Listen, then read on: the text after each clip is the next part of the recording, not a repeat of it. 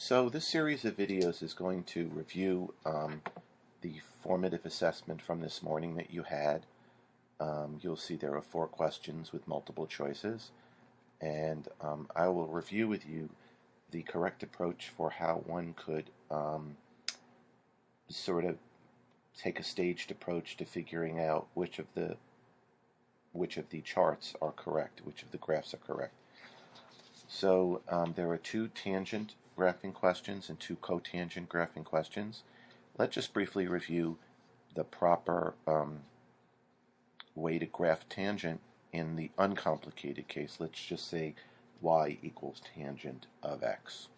Okay, so this is just your parent function, so to speak. And let's label the x-axis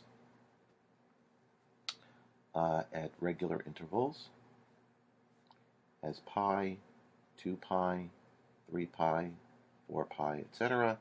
And on the negative side, negative pi, negative 2 pi, etc.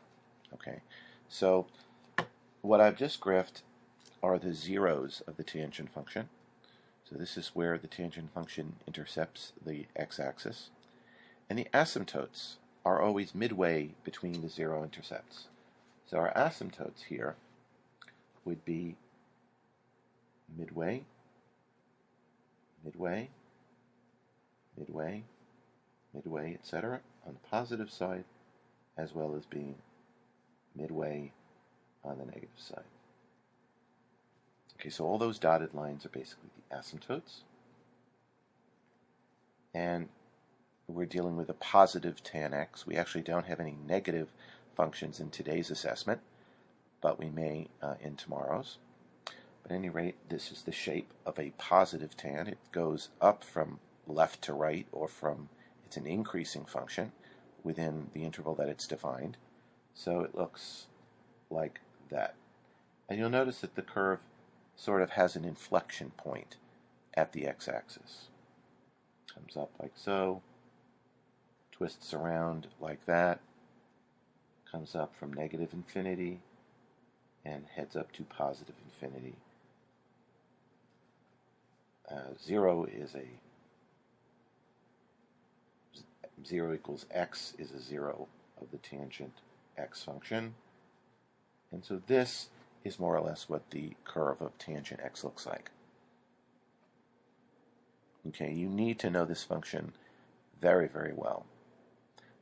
You need to know that midway between 0 and pi is pi over 2, so that's an asymptote.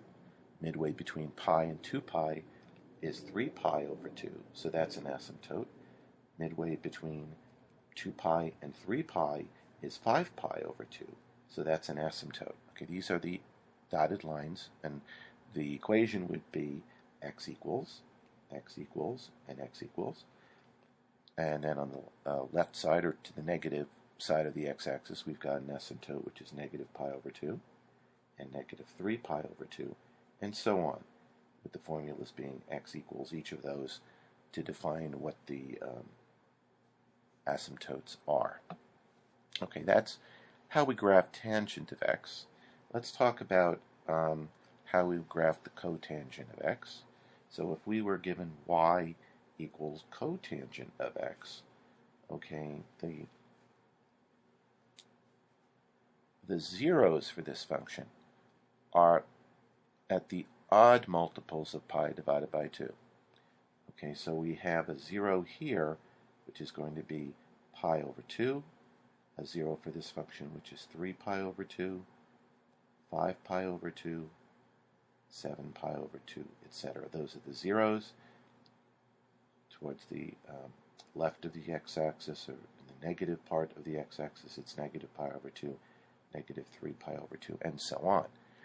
The asymptotes now are midway between the zeros. So the asymptotes for the cotangent function would be at pi, would be at 2 pi, would be at 3 pi, the positive side of the x-axis, and would be at negative pi, negative 2 pi, etc. on the left side of the x-axis. Now, the only other difference, because you can see obviously the zeros are staggered by pi over 2 are 90 degrees when compared with the tangent function. But the other part of this is that the shape of the cotangent function is one where in each interval where it's defined, it is a decreasing function. So basically cotangent is coming down from positive infinity and then approaching negative infinity in that kind of a manner. Remember here, 0 is one of the asymptotes. Coming down like that, coming down like that, coming down like that, coming down like that. Now, I've not necessarily drawn it perfectly to scale, but I hope that you get the idea of what the parent functions are graphed like, both for tangent of x and for cotangent of x.